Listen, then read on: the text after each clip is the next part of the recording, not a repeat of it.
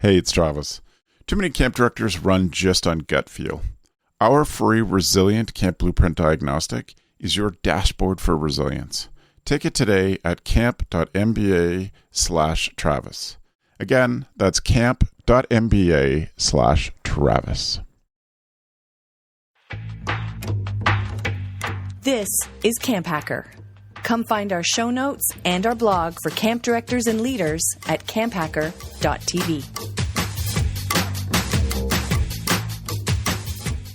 Good day and welcome to the podcast. This is CampHacker episode 127, recorded on the 15th of April, 2020. On today's show, talking to staff about COVID-19. This CampHacker podcast is sponsored in part by RadTags. Designed by a former camp owner and director, RadTags is about connecting people to who they are, the camp they love, and the accomplishments they experience there. RadTags bracelets and tags help your camp community stay connected to their happiest place. Find out what RadTags has to offer your camp at zoic.ca/rad. RadTags. Be and be known. Also, if you've gotten even one good idea from the CampHacker podcast, and we certainly hope you have, we'd be super grateful if you left us a review. It's really easy. Just head to ratethispodcast.com/camp, and it'll get you started from there. And just before we get started, I wanted to let you know that even though the content of this episode is as great as always, the audio quality isn't. We had some issues with the Zoom interview file transferring over, and we can't seem to edit out all the pops and clicks, so we added some filters and tried to dress it up a little bit, but it's not the best. But we think that the content is so good that we really wanted to still put the episode out, so we hope that you'll forgive that this is not our usual quality, but we hope that you still get a lot from the content. I know that I did when I was editing this episode, so I hope you enjoy it, and we'll see you in 2 weeks with the next episode. Thanks for letting your awesome out, Camp Mavericks. We hope you enjoy the CampHacker show. Hello, Camp Pros, and welcome to the CampHacker podcast. My name is Travis Allison. I run the Summer Camp Professionals group and a bunch of other stuff that's going on right now that is timely related to Slack in the industry, and I am super excited to kick off our podcast here today. Hi, my name is Dan Weir. I have over 20 years experience working in camping. A lot of that was at YMCA camps, overnight camps, and day camps. I also am on the ACA New York, New Jersey board, and I'm the president for the New York State Camp Directors Association. And my name is Gabrielle Rail, and I'm one of the camp directors of Camp Waro. Camp Waro is an all-girls camp situated in the Laurentian Mountains of Quebec, and we focus on creating a positive female community, and we do that in French and English. My name is Joe Richards, and I am the executive director at Pierce Williams, which is a summer camp and retreat facility and part of the United Church of Canada's larger camping network. And we provide all of our programs in English. Well, welcome. It's so great to have the whole original team here for this show. Today we're talking about a topic that Gab suggested, but has also been a bee in my bonnet. And that is talking to our staff about the virus and what that means, and connecting with them about their reality as young adults living through this thing that no one has any experience with. And for me in particular, I have been really concerned about teens and how camps are connecting to their teens. I think we're doing a great program at what camp people would consider the easy stuff, looking after young kids, providing games and stories and songs and all of those stuff. But I'm worried about how we deal with teens, and that really extends up into the young adults. And really, it's personal for me. Had I, as a young adult, if I didn't have camp every summer, I don't know what would have happened to me. And that concerns me that there are other Travises in this world who rely on camp to make it through a year, and they may not have that this year in the form that they're used to. So we wanted to talk about what that means. Gab, what was it for you that made you suggest this topic? Similar to what you're talking about, Travis, we've talked about that in the past, and you've been great at mentioning, what about the teens, not just during COVID, but in any other situation. And it really had me thinking also about our staff members. And for me, I'm concerned about them because a lot of them are in university. They're working through their papers right now. And at the same time of doing that, they're thinking about their education, they're thinking about their grades, and they're thinking about what's next, what's coming this summer. And some of them are living alone. Some of them are moved back home with their families, which could be a positive or a negative situation. But more importantly for me, these are the people that care for our kids. And I think a lot of camp directors put a lot of energy, hopefully, into their staff training to role model how we care for our children. And so we care for our staff during staff training. And we need to role model to our staff members right now what it's like to care for them and to put them at the forefront of our minds. And I know that a lot of us are trying to save our organizations and our businesses and trying to make time for that. But we have to make time to show that we care for that they are a vulnerable group. Joe, you've done a few things recently to intentionally speak to your staff about camp and all that, and you're kind enough to share that on a show. But I wonder if what's your philosophy behind that? What's your thinking going into preparing something well, you do two things. You've done a formal presentation to them, but you've also done a Q&A for you as well. Yeah, we did we posted a letter on our own internal Slack, just a modified version of what I gave to the board, right? And the best analogy at that point, I've come up with lots since, but was this idea that there's, Robert Frost, there's two roads in a wood, and I took the one less traveled by. Well, we all decided that we would take a machete out by no selection of our own and just strike a third road that didn't exist. So we have no map for this. When we talk to staff, and I said this the last episode, right? Like that, they just don't seem to have grasped what this could mean for their summer. And I still, what I'm sensing is that they're still at that point. My philosophy is to be brutally honest, which is the way that I go through a lot of life. But the brutal honesty is that we don't know. I recorded a video today, whether I do that one or a different one, but I recorded one for our camper parents to just be like, this is what we know and this is what we don't know. But when you start talking in those terms, you realize at this point on April 15th of 2020, we don't know a lot. And we have nobody who's giving us answers, and we have I don't even know the questions that some of these parents want answered. And so with the staff, the philosophy is just to be honest with them. So we pushed our spring pet staff start dates back just today. So they were going to start May 1st, but if our state of emergency in the province of Ontario is until now May 11th or May 12th, right? So I've pushed them back to after the holiday weekend for us in Ontario. And I think it's just this honesty saying, like, I don't know. And if you find us moving your start date back and you want to go look for another job, we get that. No, we're not going to take that as a slight of us, because we can't guarantee at this moment in time, we can't guarantee you anything.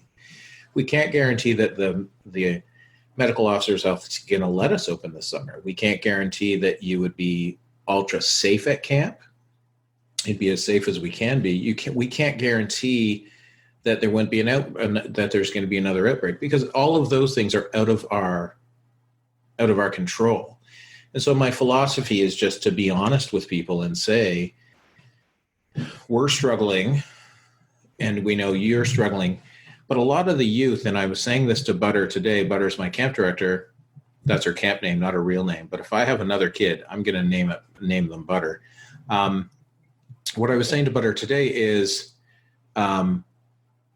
she thinks, and I think, that planning for camp for our young adult staff, our CITs, and ours are young. So our CITs are 14, 15, and our staff are 16.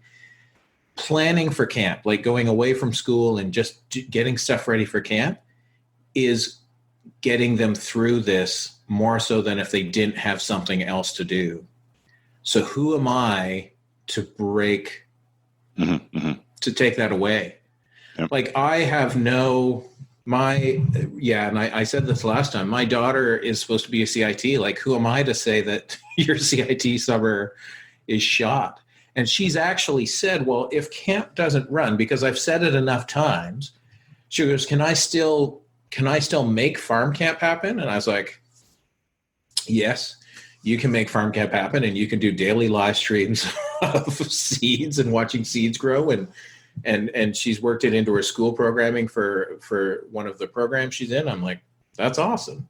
But it's just we can't handle our young people with kid gloves, right? There's so many other things they worry about. I don't want camp not running to be a surprise for them, or I don't want them to not know that by coming to camp, if camp runs, there's going to be a ton more work to do. Not for us, there's not a ton more work because we've hit a lot of the cleaning stuff, but I don't know that parents are going to want to send their kids, but who knows? Joe, I think you really hit on something of this planning for camp being a crutch for people. I think it's easy if you have been experiencing the industry for a while, if you're experienced with risk management, if you've seen other viruses at your camp, like the norovirus or other things like that, for you to immediately go down the risk rabbit hole of safety and how am I going to do this and what is the right thing to do. And meanwhile, you've got staff that have been just dreaming of being that unit leader, right? Dreaming of finally getting to be that junior counselor. And they've had their lives turned upside down for the past few months. And then here you are going to be the one to kind of squash that, even though, that's you having that conversation with them. You think you're being real and transparent and ethical. At some point you kind of ruin the dream. It's, I've had this conversation quite a few times with camp directors actually over the past few weeks. We talk about we all talk about, is camp going to run? And, some parts of the US, we do think camp's going to run. Right. And then, and if it is going to run, how am I going to keep people safe? And, that's the question that you need to be able to go to bed at night, having protocols, but do you put that burden on your staff constantly? We know our staff's anxiety and mental health was fragile. Fragile is the wrong word. Sorry. I hate the negative branding of it. We know that our staff's anxiety and mental health was a topic that they were comfortable talking about prior to this summer, prior to 30 days ago, prior to anybody thinking about the coronavirus. And now that's all this is, right? And it's anxiety, it's fear, it's you scrub your groceries in your garage before you bring them all the way in the house. It's paranoia in every sense way. I think that routines matter, and the routine of getting ready for camp, that plays so much into people's development and who they are. And let the government make that decision. Let them be the bearer of bad news. Unless you really think that you're just not going to run and you don't want to mislead people. I get that too. But I think people need to prepare mentally for it. They need to know that something that they can look forward to. Because that's what camp is. You spend 9 months looking forward to 3. So, sorry, I just went. Yeah. I think I think that for me, the thing is that there's so much uncertainty, and I think that for our staff members that are planning, they're also aware of the uncertainty, and it's comforting to hear the person in charge to acknowledge that uncertainty and to state it. And I think the thing is that I really feel that a lot of individuals in our industry are so focused on this summer, whether the summer's running or not running, partially running, virtually running, whatever it may be. And what I think is helpful for our staff members is to not limit ourselves to the summer and to talk about the future of our organization and to bring them in on that conversation and to say that your mission, regardless of what the summer is to make sure that this organization runs for another X amount of years. That's your goal. And you want them part of that. You want them to be part of that. And what that looks like, you don't know what that looks like yet, because we are in limbo, and limbo is very uncomfortable. But you want them to know that this is a goal of yours, and that right now we don't know what the reality is. We're planning for many different realities, but one of those realities might be that this summer might not happen. I also think it's important that if your camp has yet to decide, maybe it wasn't your decision, maybe your camp's not running this summer and that was not your decision, or maybe it is your decision. I think it's important for you as an organization to assess when is your go, no go date, regardless if the government's going to tell you yes or no. How much time do you need to prepare? How much time do you need for staff training? How much time do you need as an administration team? How much time do you need to evaluate if your families are interested in participating in your organization?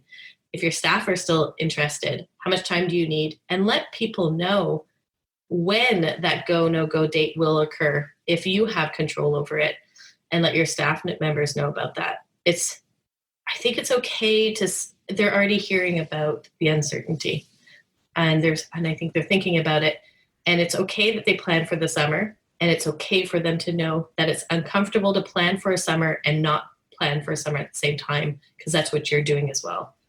Well, and I think that uncertainty actually will help in the end with with a generation's anxiety and stress. I do not think this overall will be a bad thing 20 years from now, because what will happen oftentimes in life, and I am not a psychologist, I'm not a doctor, I'm a camp guy. But what I sense will happen is that when you experience something difficult in your life that you have no power over, and you realize you have no power over. So the more days we sit here doing nothing, we realize we have zero power over this. I think the more you just come to accept that there will be certain things that you have no power over. And I think that's one of the things that leads to anxiety being higher, is when people are worried about things but they still think they can control them, right? And the reality is we can't control this, and I think that this will help with resiliency long term, because do you remember that time where we saved the world by staying home and watching Netflix? Do you remember that? Do you remember 2020 and how crappy that year was?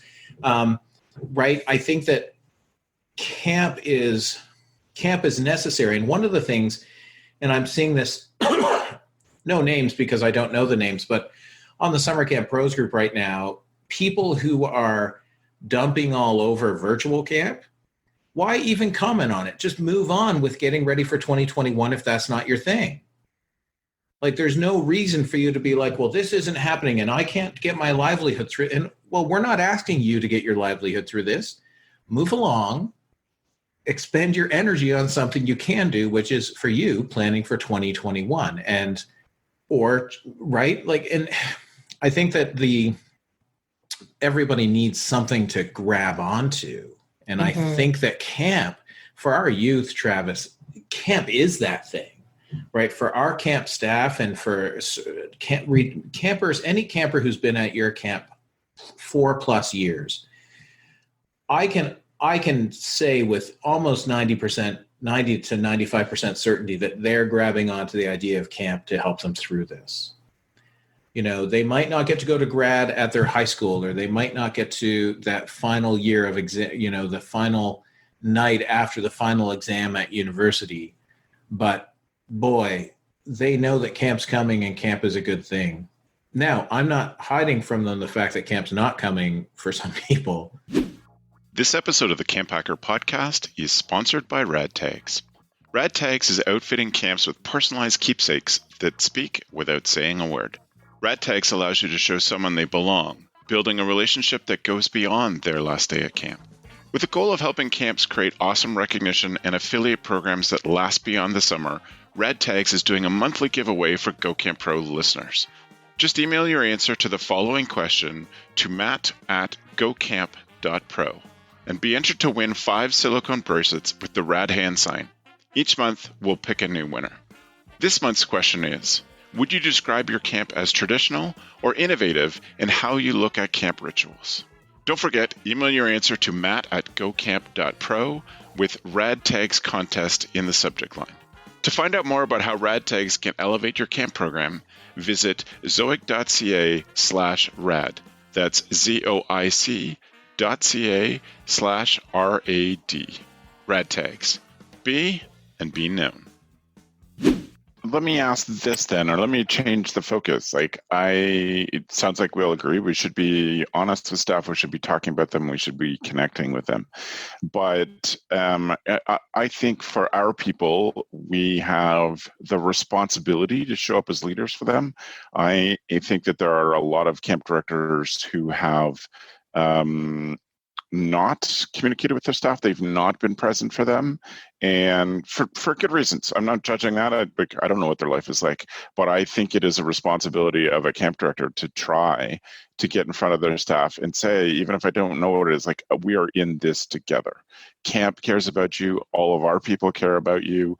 We know this is hard. We want to provide a place. And I think that's an essential service that camps can provide to their families, but really to their staff as well. And I hope more staff do that, more camp directors do that.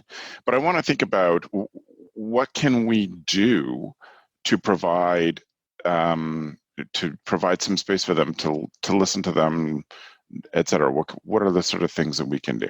Go, Gab. For me, it's first and foremost, it's information, and it's information in a way that is, I believe in not giving half-baked cakes, if you will. I feel like if you have an idea on what camp might look like if camp doesn't run this summer, but you're not exactly sure and you haven't worked out all the kinks, do not present it, because for me, that just causes anxiety. You expected a cake and you got a half-baked cake, that causes stress. So for me, it's really about telling them the plan that you're working on a plan, but what is the end goal?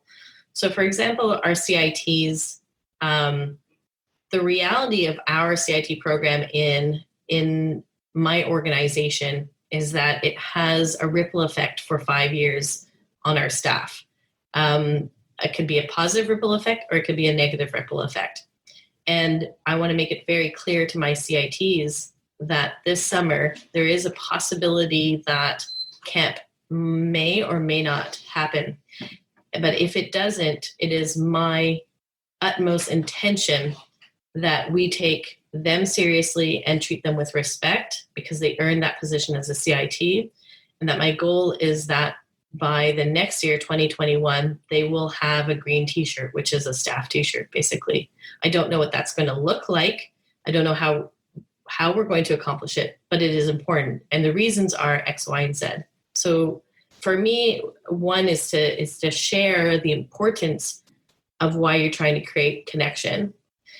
And then two, it's continuity. So when can staff members, CITs, leadership team members hear from you? Is it every day, Wednesday via video? Is it an email? Is it post on a private Facebook group? Is it on Slack? Is it a Zoom town hall that you're hosting with people? But consistency, so that people know that you're going to meet and that there's going to be information, is important, because it's something to look forward to. And maybe it's a little bit of information and then it's fun time. Maybe you're having a bingo night. Maybe you're exchanging, your fave song, whatever it might be. But the consistency, I think, is also important. What do you think, Dan? Yeah, it's right. So as Gab was talking, I posted to Instagram a photo of a beautiful view from my camp, my former camp. It's still my camp, whatever. I was there forever. When I say my camp, that's the one I'm referring to, right? It's funny to be on the alumni side of things, right? And the comment they wrote was, "That's the view I need," right? And I think everything we're saying is going back to this aspect of community and how you create community. And, I think it's to do what you naturally do with connecting to people. will mean more than we can ever know, right? Like I think of our staff, like they might be struggling with coping with this, but all project, because they're all brand managers on social media, that they're thriving and doing well. And I think when you can provide that individuality and that community, that is really when people are going to feel it, and I just think of like the calls I've ran in the past few weeks. I really feel guilty afterwards when I don't lead with, well, how are you doing? Even this group before, right? Like I logged on today, I started griping, and then I was like, I didn't even ask how you're all doing, and I think just knowing somebody cares about you that isn't your immediate family goes a long way. My child's sneaking up on but I think it's really important, Dan, also to not that you have someone so that you don't always have to be the first person to ask, right? Everybody needs that person who checks up on them and hangs out with them, but you don't always need to be the person who's strong for everyone. And I think that's the illusion that a lot of camp directors have, or people like, is that you number twos on the Enneagram always want to make sure everyone else is doing well before they ever think about themselves. And the reality is that is not what anybody's asking of you. If you can't love yourself, how can you love others? If you can't care for yourself. And I think this is the important thing, right? To come into this community, Dan, and just say what you mean and say how you're feeling. That's fine. Right. And how are we doing is right. We all need someone that we can go gripe to. I liken this in some way, shape, or form to the funniest person in the world. So what I want you to do right now is think about who's the funniest person you know. So in your mind, you can close your eyes. Who's the funniest person you know? And you have that person. So I have this guy, Tyler, who worked at camp with me. Funniest guy I know. And I realized years ago, well, if I ask Tyler that question, he's going to have someone who's funnier. And if Tyler asks that person the question, they're going to have someone who's funnier. So, the idea is that we all have someone above us who can help us, or who can be that guidance and that strength. And I think that for many of our camp staff, if you've done, and community and connection is the key, right? If we've done the connection and community properly, they're reaching out to each other as well. And they're, and our more senior staff should be the ones who are also, reaching out and helping. So one of the ways we're doing that is Butter is doing staff check-ins on Thursday. So all day Thursday, she'll let anybody call her on Zoom for 20 minutes just to check in. How are you doing? And what's going on? Because right now she's technically furloughed, laid off, and she can choose to do what she wants with her time. She still checks in with me and says, well, I'm doing this today and I'm doing this today. I was like, that is awesome. You are a super volunteer. Good work. But yeah. But it's giving a campy connection to the people who matter to your organization. Yeah. It's being sensitive to them. And this is just making time. Like, I think that's an important piece of things. How do you make time for the people who are important to your organization? It's funny, so obviously I got this one sitting next to me right now. This is Ruby, my 6-year-old. Right. Hey, and May often joins me on most calls. And so, with me in camp and my family, I think people don't often get the time that they would expect at more of a family run operation, being at a nonprofit and just like having some more stricter guidelines.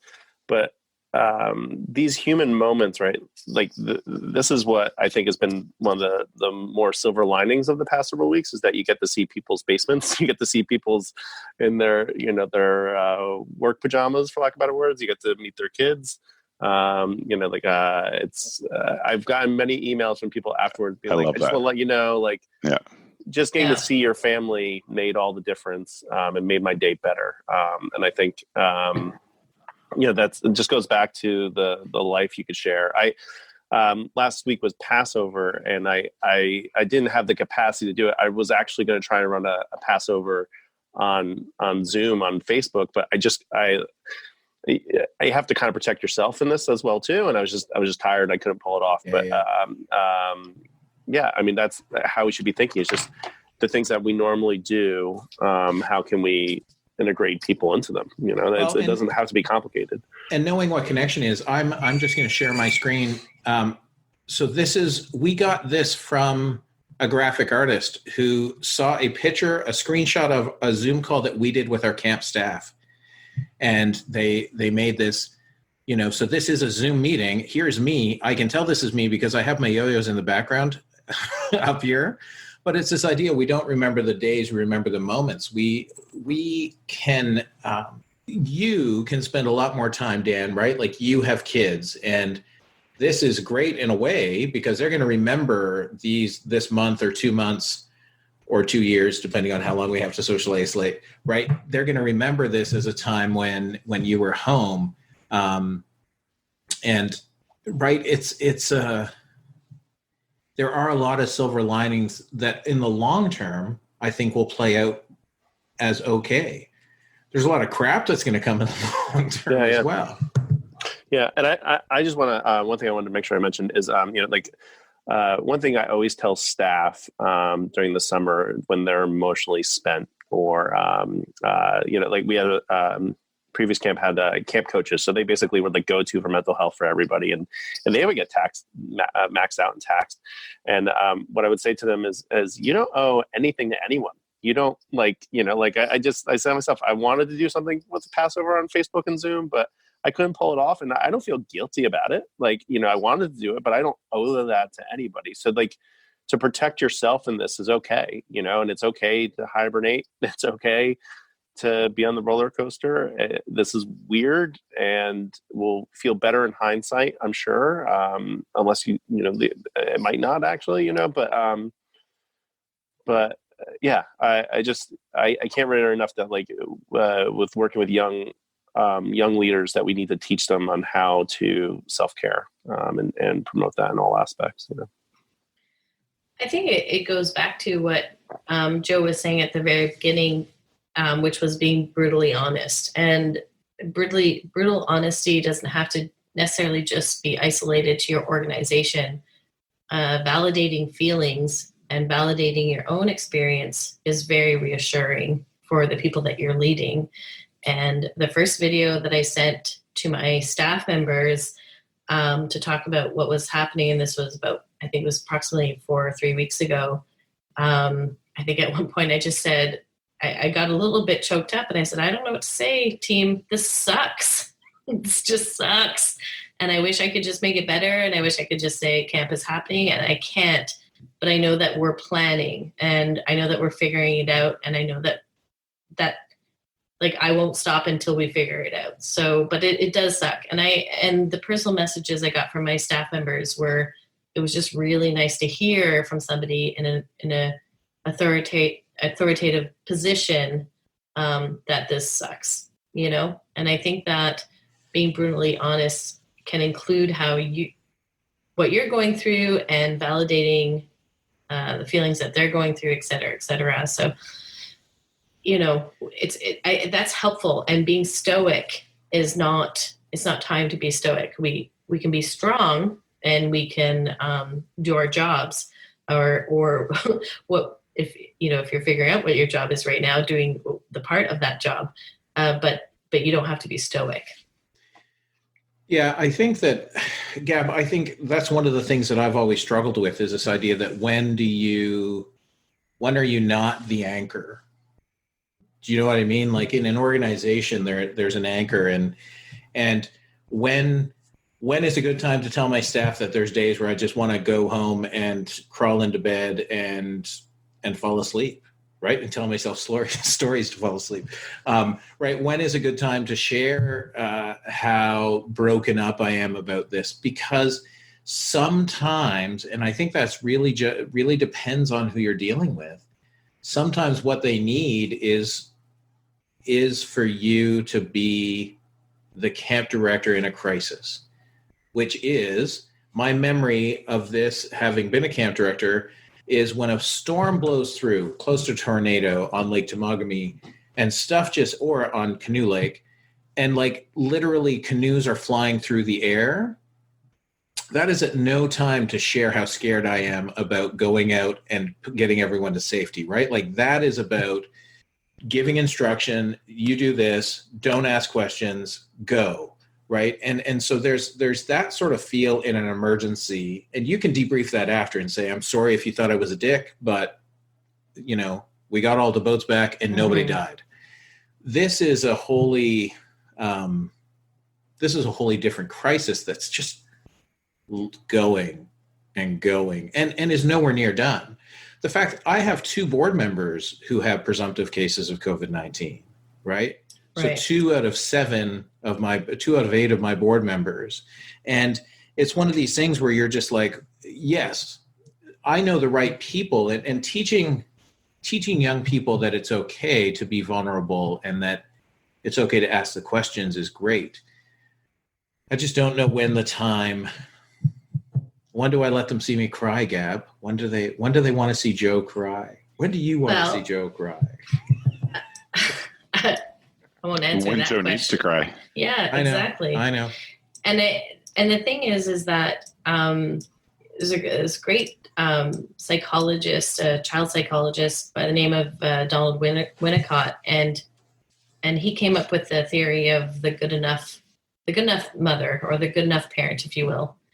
And he said that, so many times parents, especially mothers, trying to be so perfect cleaned house, perfect birthday parties, perfect, et cetera. And what he evaluated is that what children need to feel solid and comforted is a good enough parent. And we are parents in some ways to our community. And the reason also why he came up with this theory is that the pressure of being perfect is actually crippling, and it's counterproductive. And to Travis's point, when you need to be is important. And you and I are very different leaders, but we both care immensely about our staff members, and that care comes through, and that's what's important. And so when I feel it's right to say to my staff, it sucks, it's probably right. And if I messed up, then I will go back and say I messed up. But we're living through a pandemic. These aren't normal times. And that's the pressure we need to sort of alleviate. And Travis had said a couple of weeks ago in one of his Instagram posts, which are very helpful, by the way, he had talked about KIP, kindness, intentionality, and patience. And this is something that I've been bringing up to my leadership team that have been feeling pressure to have answers. And I feel that pressure myself, but we need to be kind with ourselves. We need to be kind with others. We have to be intentional about our messaging, and we need to be patient. But more importantly, we have to be patient with ourselves. We're not going to get it 100% right. And our staff can understand that. We can tell them that. I'm not going to do this 100% right, but it's okay. It's all right. We're in a crisis, and it's not just a flash in the sky of a tornado with canoes flying everywhere, and then we deal with it in the moment. This is a continuous experience, and so we're going to mess up a bit, and we're all going to mess up a bit, and there's going to be forgiveness in that. Our end goal is that we're together as a community, and we're being intentional about that. Dan, I feel like you had a thought.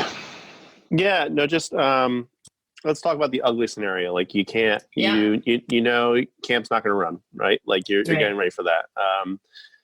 I just can't reiterate enough that asking consent when giving people information, saying like, is this a good time to talk right now? Like you might, I know people whose family members have died already, right? So like you might not know what's going on in their head, and frankly camp might not be the biggest concern at the moment, or just that one more thing is gonna push them over the edge, and they know it, and they'd rather just hang on to the delusion that camp's gonna run one more day, right? So like ask consent before you go further. The second is give as much detail as they want to know. Some people want to know a lot of detail. Other people want to trust you and not know the detail. You don't have to pull back the curtain all the way, but you should give them the option to pull back the curtain.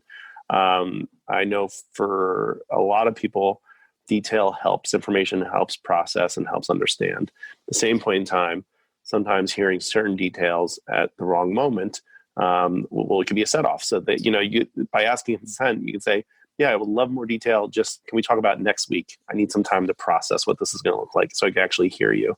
Because if you start going down the rabbit hole of, well, then we're not going to be able to afford PPP, and then we're going to have to lower ratios and all this sort of thing. And they're in the mindset of, my world just ended for the next few months and I don't know what I'm going to do. It's not about you in that moment. It's just not. So I can't reiterate that enough. Consent, and then just checking in with what level of detail they want, and then give it to them. You might have the 17-year-old that really wants to learn from the situation and really wants to understand things. And, it's okay to say like that this is a business and you need the money to come in order for it to go back out. I don't think that anyone would argue on that. I think people would argue if they feel like you're taking advantage of them. That's when people do not like capitalism. So, I said the word capitalism. I thought what my mom said to me. My mom's like, "You use capitalism for good." And I don't know how I feel about that. But you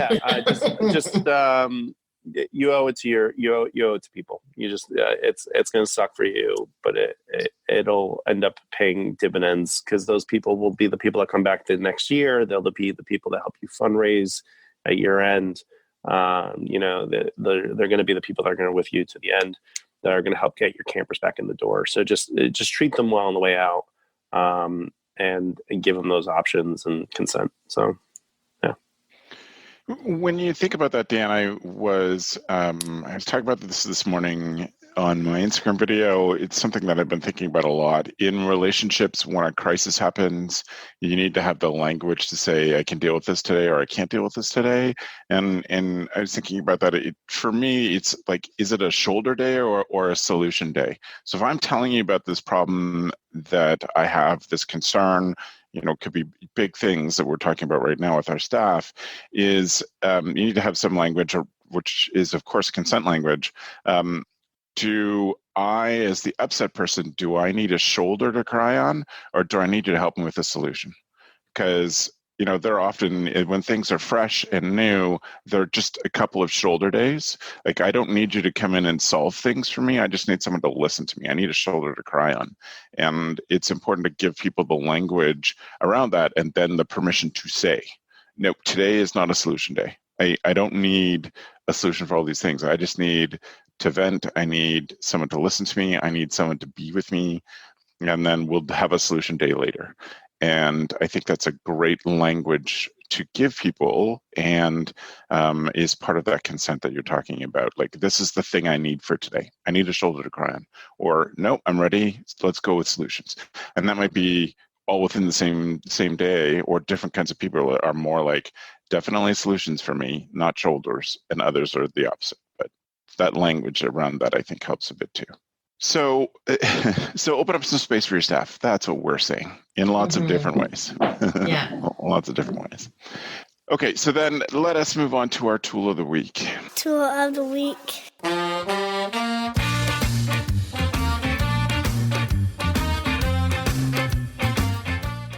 For those of you who are new to CampHacker podcast and just drawn in by the topic that we're covering today, we ask each panelist to bring a tool that makes them a better camp director and share that with our audience every time.